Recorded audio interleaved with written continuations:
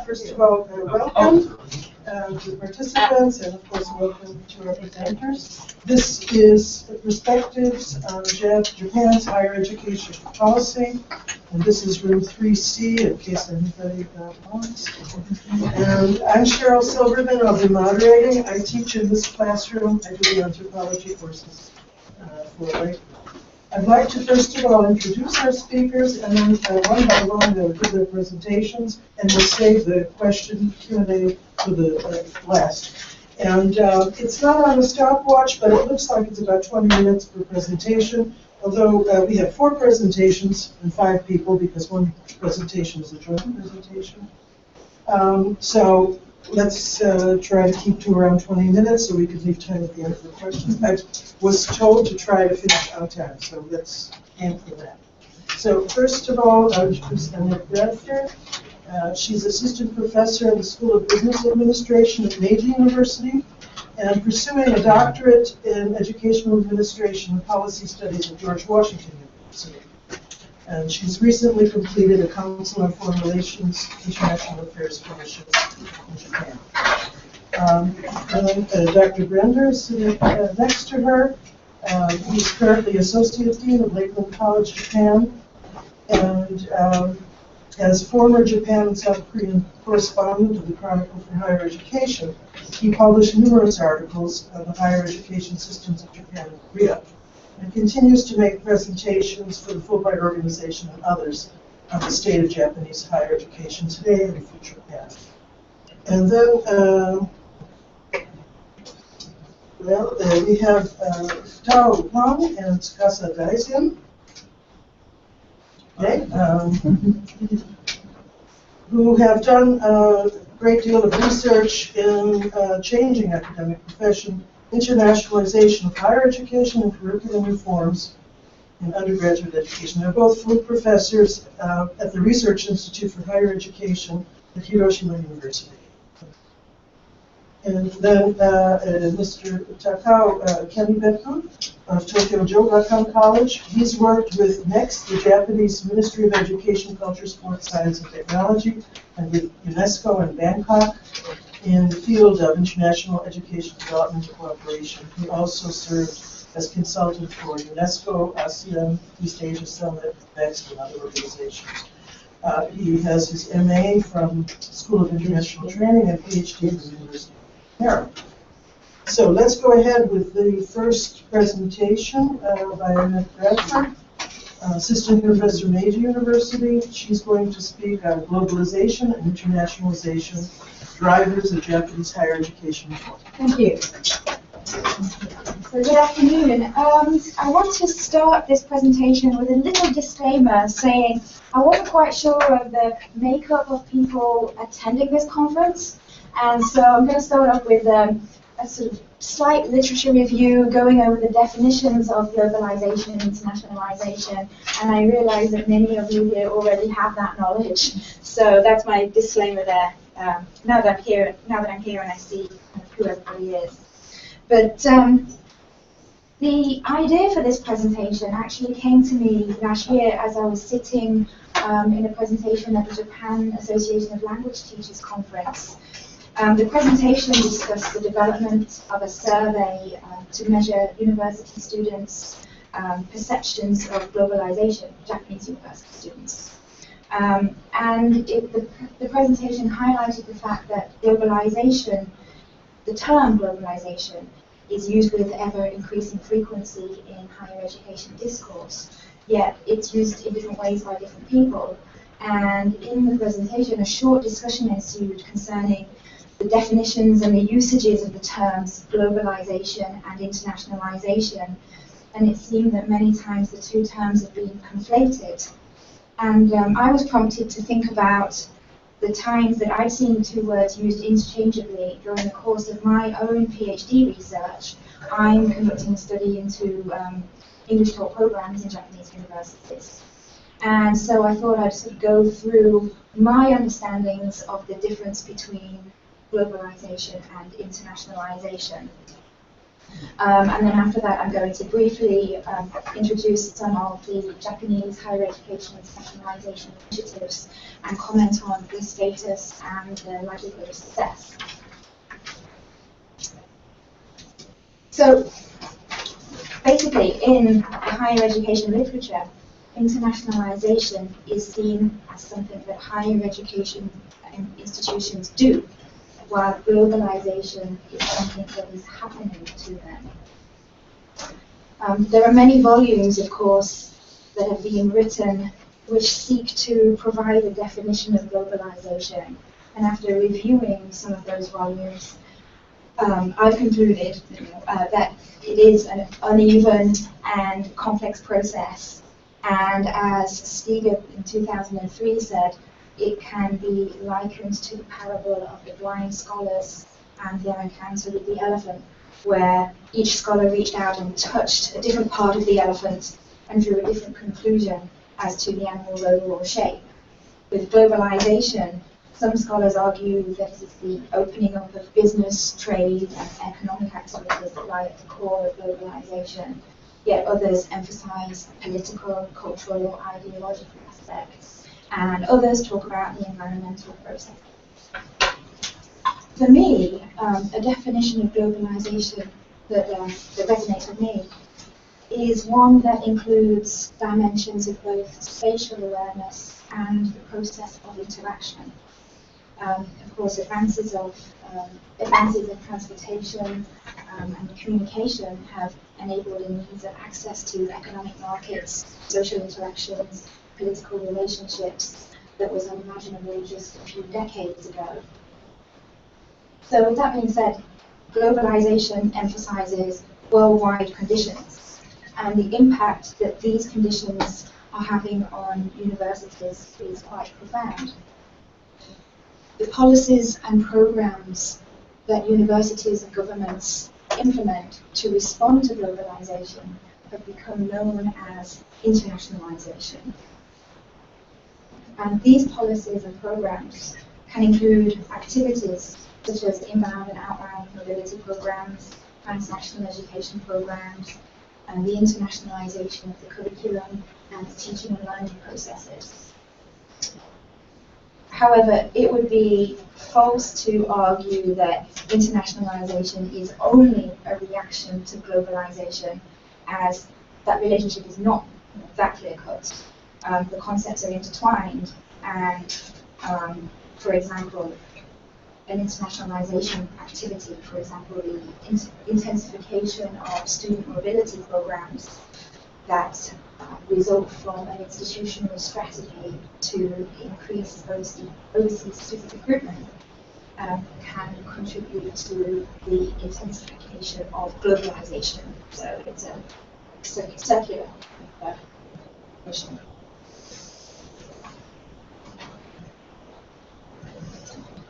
As globalization intensifies and higher education institutions see it as increasingly important to adapt to the changing environment, internationalization has in recent years become embedded into national and institutional strategies at many higher education institutions worldwide. However, as Jane Knight wrote in 2011, term has come to describe almost everything remotely international, whether it's to intercultural or global. And with that, any activity has become to be called internationalization, regardless of the substance of that activity. And more alarmingly, that means that many of these international activities and programs that are carried out to enhance the international outlook of the university have become synonymous with the end goal of internationalization.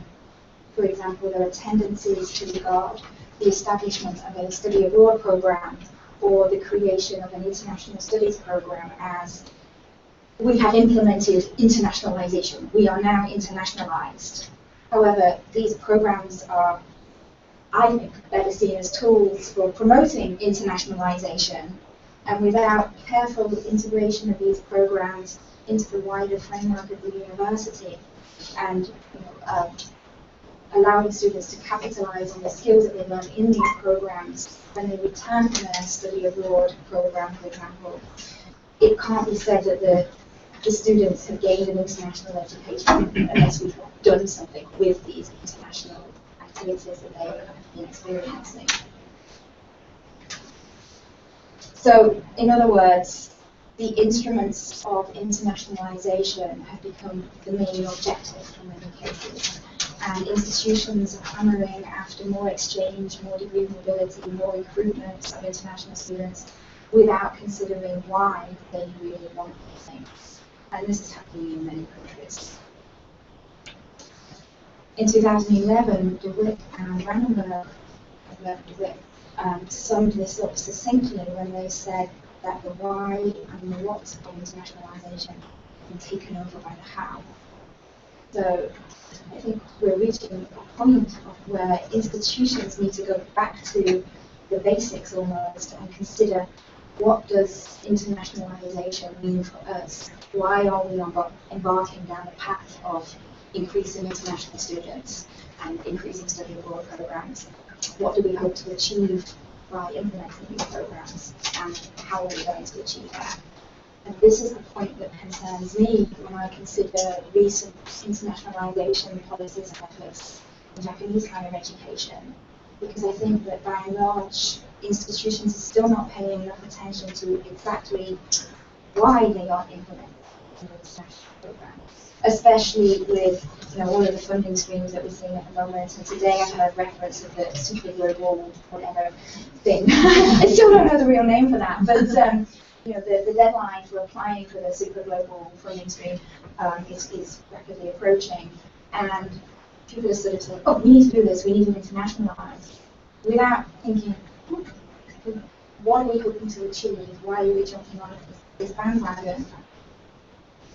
So I can't compete with the wonderful outline we had this morning of Japan's internationalization policies, but here's a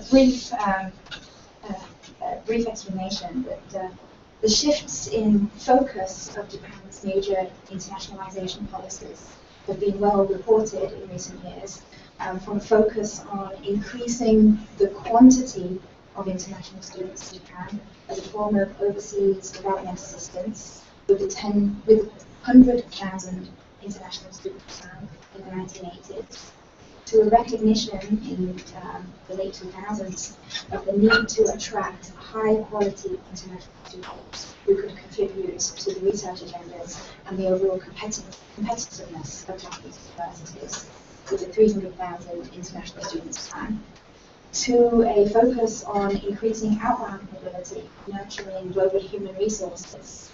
And this began in about 2010, when discourse surrounding the 300,000 international students plan shifted to a discourse of not only attracting international students to campuses, but to looking at what the presence of international students on campuses can do to help internationalize the domestic students. And this has been sort of firmly embedded into national policy recently, especially with the April 2014 joint statement by Abe and Obama, where they pledged that both countries are interested in increasing student exchange. So Japan definitely now has a more outline focus than it did just a few years ago. A little bit more detail about Japan's recent internationalization initiatives. In 2005, there was a strategic fund for establishing international headquarters in universities, where 20 pilot universities developed headquarters to support university-wide international activities, including attracting distinguished researchers from both Japan and abroad. Then in 2008, 2009, under the 300,000 students plan, the project for establishing a university network for internationalization, otherwise known as the Global 30, was established. And in this project, 13 universities became flagship universities for promoting internationalization. And this project has focused on inbound mobility with the creation of English medium degree programs and an ease of application and entry for these students. Then after that, we have the Reinventing Japan project that established a number of collaborative programs between Japanese universities and universities in Southeast Asia and the United States. And then in 2012, there was the Go Global Japan project, formerly the Global 30 Plus, whose aim was to foster global human resources, which is a primarily outbound program. 42 universities received funding to develop study abroad programs. Also, we've seen increased government commitment for scholarships for outbound students last year. So why am I talking about all of those? I think when we look at this sort of policy perspective, it's perhaps easy to see the fundamental rationales for these programs. You know, for example, we can see that there's a rationale of attracting international students and promoting study abroad in order to help nurture global human resources, or global citizens of Japan, which I prefer. I'm not quite sure about the human resources term myself, because it makes people think like objects. And I think at a policy level, we can see these rationales, but I worry that these rationales are not clearly thought out at the institutional level right now. So, as it was mentioned in the introduction, I'm currently completing my PhD research on the internationalization of higher education. And I have focused on universities that are implementing the Global 30 project. And as I said, under this project, universities are implementing English medium instruction programs, whereby international students can graduate by taking courses conducted entirely in English and complete their entire 4-year degree in English at the undergraduate level. And a major issue that I see is happening in these universities is that they've fallen into the trap that was mentioned in the internationalization literature, and they're seeing the means of internationalization as the goal. In other words, right now, universities seem to be fulfilling the brief that MEX has set out for them, where they are offering enough courses in English. Students can graduate, taking classes for 4 years entirely in English, but kind of as far as it goes. The courses that the students can take are oftentimes kind of ad hoc. Like the core courses, perhaps they've been carefully thought out and taught by professors that realize the point of the program and what they're teaching. But then the elective courses are often taught by faculty members who merely volunteered to teach a course because they want to practice their own English, they want to get the benefits from teaching an international course, or there's not that many people in the university that feel comfortable enough teaching English. Or if they didn't volunteer themselves, the elective courses are often taught by faculty members who were volunteered by their superiors. I've heard that quite a bit in my interviews for my PhD. And so the result of that is students can take all of their courses in English, but they're not really taking a coherent program. And they don't have the opportunity to really specialize in the topics that interest them. For example, they're taking classes on the Japanese economy and flower arranging. And it's like, how does that fit together? So there seems to me to be a lack of focus on the program outcomes. The goal is still being to create a program entirely in English, rather than nurturing the students and preparing them for the global workplace. And of course, I'm generalizing. This is not the case in every institution, and I'm looking specifically at 3 institutions that have taken part in the Global 30 project, but it's a tendency that I'm observing more often than not. And administrators and faculty members who are involved in implementing these programs, or at least the ones who were involved in initially designing the programs, they hope that the English taught programs at their universities will catalyze a change across the wider university.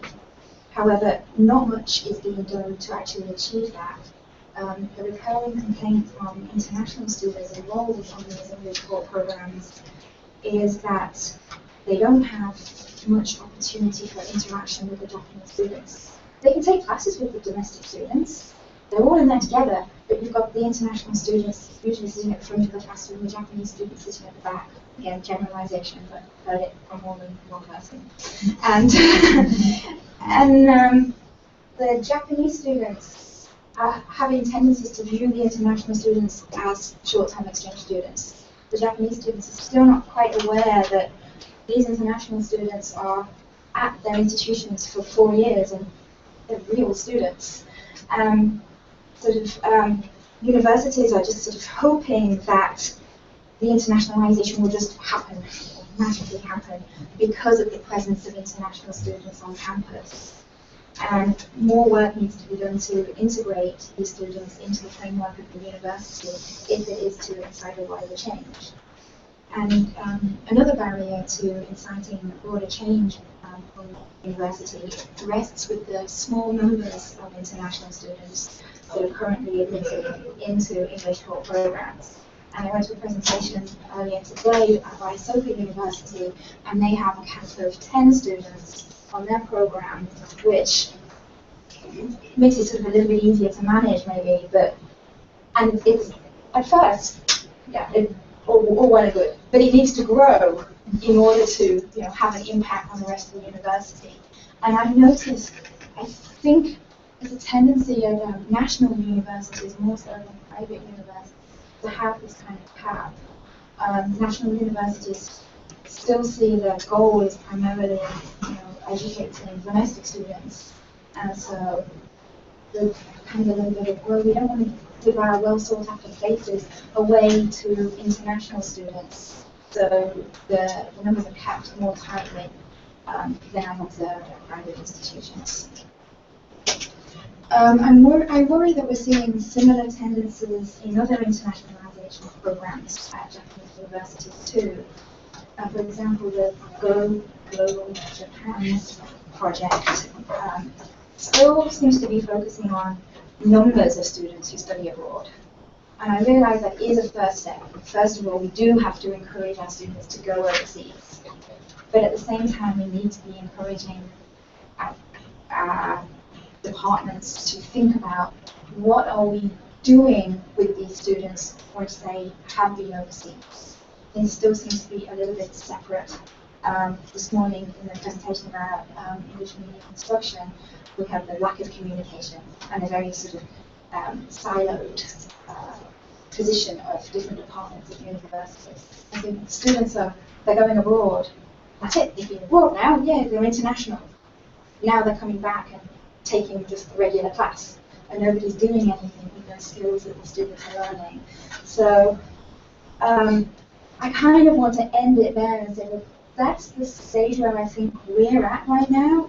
These projects have been running for a few years, and I think it's time that universities sort of took stock of what they've achieved so far in terms of implementing new programs, encouraging students to study abroad. And now they should think about, why are we implementing these programs? What are the outcomes and the skills that we want our students to have? And how are we going to make sure that the students participating in these programs, they are going to actually gain skills and use these skills? Thank you very much. Thank you, Professor.